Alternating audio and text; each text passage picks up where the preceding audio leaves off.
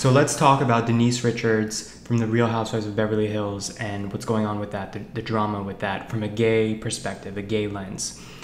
So for those of you who have no idea what I'm talking about, I'll give you some context. I'll give you the Cliff Notes version. With these Real Housewives shows, there's all these different cities or states that they have them in. Like they have the Real Housewives of New Jersey, they have the Real Housewives of New York City. Denise Richards is on the Beverly Hills edition of this show. Now, personally, I'm not really a huge fan of the Beverly Hills Real Housewives show. I do watch some of the Real Housewives shows more than others. Like I enjoy the New York City one because they're just like very authentically New York. Like they're quick, they're sharp with their words, like quick-witted, I mean. Beverly Hills, they're very Beverly Hills-ish. Like it just feels more vapid and more superficial to me and more about like the money they have, what kind of car they're driving and so on. So Denise Richards, which, some of you guys might already know her name because before this show, she is a known actress, right? I would say her, and actually, interestingly, a lot of the other women on the Beverly Hills Real Housewives are like C-list actresses. By that, I mean, I can't name any movies that they've been in, or maybe I can name one or two at most, but like I haven't even seen them. They're not A-list, but I wouldn't even say they're B-list. They're just kind of like random faces that you've seen in like tabloid magazines, but they're not going to be winning an Oscar anytime soon. That kind of actor. So when Denise Richards was introduced to this show, she was like a breath of fresh air because she lives in Malibu. I know a lot of people associate Malibu with like Baywatch, the 90s show, but it's really not like that. Like Malibu is actually very calm, very serene.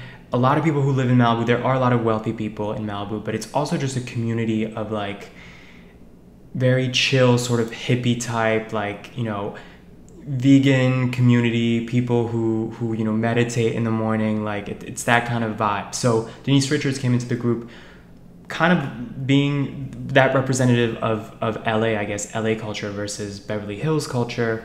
You see her in the show a lot without a lot of makeup on, wearing a t-shirt and jeans, and that's like this clear juxtaposition with the other women on the show. So she became a fan favorite very quickly because of that juxtaposition and that difference.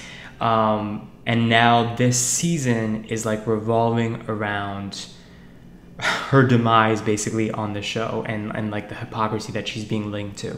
So like I said, I've never been a huge fan of the Beverly Hills show, but I've been watching this entire season consistently because they've been teasing this drama with her that I'm fascinated by.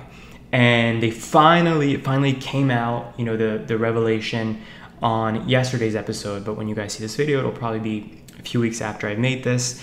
But they finally addressed it on the show. And so I'm like, I want to talk to you guys about this from a gay perspective, this whole thing with Denise Richards. So basically, a former cast member, former housewife on the show, made an appearance on the show, I guess as like now a friend of the housewives, and she basically said, I hooked up with Denise Richards, and I feel weird now because I feel like I'm the other woman because Denise Richards is married to a guy. I thought that they had an arrangement with another woman in the bedroom, but like now I'm made to feel like the other woman, so I have to tell you guys this, blah, blah, blah, blah. So a lot of people have questioned the credibility of this woman who's saying this. Her name is Brandi Glanville, for those of you who watch the show, because in the past when she was on this show, she would stir the pot a lot. But the reality is, it seems like everything she's ever said has been true. Even if it was unpleasant, even if it was awkward, even if it was controversial, it would seem that a lot of things that she has said in the past on that show, people were outraged at the time, especially the other women on the show. But then like all these years later, those other women are like, you know what, everything she said was true though. Like Brandi Glanville likes to kind of dig out people's skeletons in their closets. And so she's doing that now with Denise Richards, right? But a lot of people are saying, well, this is the same woman who says a lot of things, so is it really to be trusted? So that's basically what the show is leading to now. It looks like in the future episodes, it's gonna be all about this story of like, is Denise Richards like sleeping with women on the side and then denying it and pretending it's not happening? And based on the teasers that we're seeing, it looks like not only does this become controversial, but she resents it and resents the crew, resents the other women, resents Bravo. It looks like she might, just based on the teasers I've seen, it looks like she might like sue Bravo, sue the network. She has already threatened to leave the show because of these rumors. So I wanted to talk about this, right, as a gay person, like my sort of interpretation of this. So I will say in the last episode that I saw, Teddy says, Brandi told us this information. And you look at Denise's face and she looks so distraught and she's on the verge of just bawling, and you see her eyes well up. And I want to say on like a human, empathetic level, how can you not feel bad for her? Like, there's something about Denise Richards, if you've seen the show or if you just know anything about her, there's something about her that does feel like very pure, very down to earth, very genuine, very warm. And she has been portrayed as that so far on the show, at least last season. So to see somebody like be heartbroken, that you can tell they're like, oh my God, this show is like, these women, this show, they're like they're gonna ruin my personal life. They're gonna try to ruin my marriage, my family. How can you not feel for her? And it's interesting because even in the YouTube comments, you can see people saying like, I'm Team Denise. It doesn't even matter if it's true. Like, people ride for Denise, even though almost the entire group of women, and it's like, I don't know, 7 or so women, are all like, listen, it seems like this clearly happened. Like, she just needs to fess up. And I believe that the castmates, you know, they're always exposed to more information than the average viewer, right? Like, they talk to the crew, the cameramen, the producers, they have mutual friends, like, they have more information. And I feel like where there's smoke, there's fire. And also just looking at the sadness in Denise's face when she was hearing this rumor, it just felt to me like it had to be true, just based on how emotional she got about it. Because I feel like the average person who's secure with their sexuality, with their relationship, and she has proven, she has acted as though she is up to now. I mean, she's revealed like very specific things about like her husband being well endowed, and that she's brought her husband to get a happy ending at a massage place before. So it's not like she's shy talking about these things. So for her to like well up with tears and get, honestly, it was like looking at a child who just found out that like his or her parents are going to get divorced. Like, I feel for her. I feel for, it was so genuine. It was honestly one of like the saddest, I think, faces I've seen ever in reality TV, because it felt so real. But again, I think to myself, like, if it wasn't true, would she feel the need to be this distraught over it? I feel like somebody who's really secure in their sexuality, in their marriage, would be like, this is the most ridiculous thing I've ever heard. This Brandi person is full of shit. Let's order another, bottle of wine and laugh about it. Maybe I'm wrong, but that was my impression. And also her reaction, her response felt to me very hesitant, like she was trying to say the right thing. It felt like she got cornered, essentially, because at one point, before it was mentioned what this rumor was, the woman who brought it up, Teddy, was like, it involves Brandi in something you don't want to, that's something that is very controversial. And Denise was like, that's not true.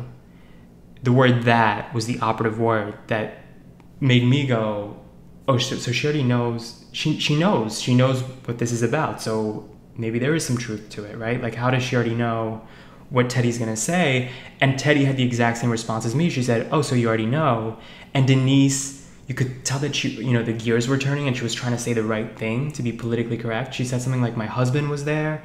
And then the other women were like, oh, so he's involved. Like, he knows that you guys have an open. And she was like, no. And you could see that she was trying to figure out the right thing to say after she had just denied that never happened. So anyway, personally, it seems to me that this is real, that this happened with Denise. I mean, honestly, who gives a fuck? But here's where I want to talk about, like, looking at this as a gay person. So, like I said, on a human, empathetic level, it was really sad to see somebody on reality TV who otherwise seems pretty cool to feel like, oh my God, like, they're about to destroy my personal life on national television. But as a gay person, all of this rubbed me the wrong way, because I guess as a gay person, I feel like we as gay people are in a sense, required to talk about our sexuality. Like, we don't have a choice. We're expected. There's this expectation that you're supposed to come out. You're supposed to talk about being gay if you're gay. If you're straight, you have the luxury of like, nobody cares because you're the general thing. You're the status quo. You're not the minority group or the abnormality. You don't have to talk about your sexuality. When you're gay, you're expected to. And I remember even in college, there were people who I had never told that I was gay, friends, and because I wasn't vocal about it, but maybe they didn't see me with a girlfriend, or maybe they had an inkling that I was gay, they felt the need to investigate, and they were very nosy, and they would probe. And I think this is a very common thing for gay people, that it's like, if we don't talk about it, then people feel this need or this desire to like investigate and ask questions and like corner you into figuring it out. Even among gay men, it's like, are you a top? Are you a bottom? I feel like gay men are expected to talk about their sexuality. So to see a woman who otherwise is presumed to be a straight woman, and Denise Richards, the movies that she's been in, she's always played kind of like a sexy role, and she was married to Charlie Sheen, so it's not like she has this virginal type image by any means. I mean, she was a Bond girl, like all that stuff. She's always played this sexy character, but she's a white woman, blonde hair, blue eyes. She has an endearing Midwestern accent. For all intents and purposes, I feel like she has kind of like that look of like an American sweetheart. And to me, what I saw in the episode and what I'm seeing with this unfolding and her getting so upset about it and wanting to like shut down production of Bravo and avoid the other women, what it tells me is this is somebody who did something she thought would never get out sexually. And she's used to hiding behind this image of, I'm a straight married woman. And, with gay men, I think there's the stereotype that gay men are in open relationships. And I think it's because, like I said, gay men are expected to be open about their sexuality. So I think a lot more gay men are fine to talk about the fact that they're in an open relationship because they've already gone through the process of like the de-shaming, the deconditioning, and just being open about their sexuality. And to me, this was a perfect example of somebody who otherwise is straight and getting to hide behind that like veneer of being a straight, white woman in society, living her life as a married woman. And as a gay person, it bugs me because I feel like now she's being painted as not having a typical vanilla sexuality, but she doesn't necessarily want that to be out.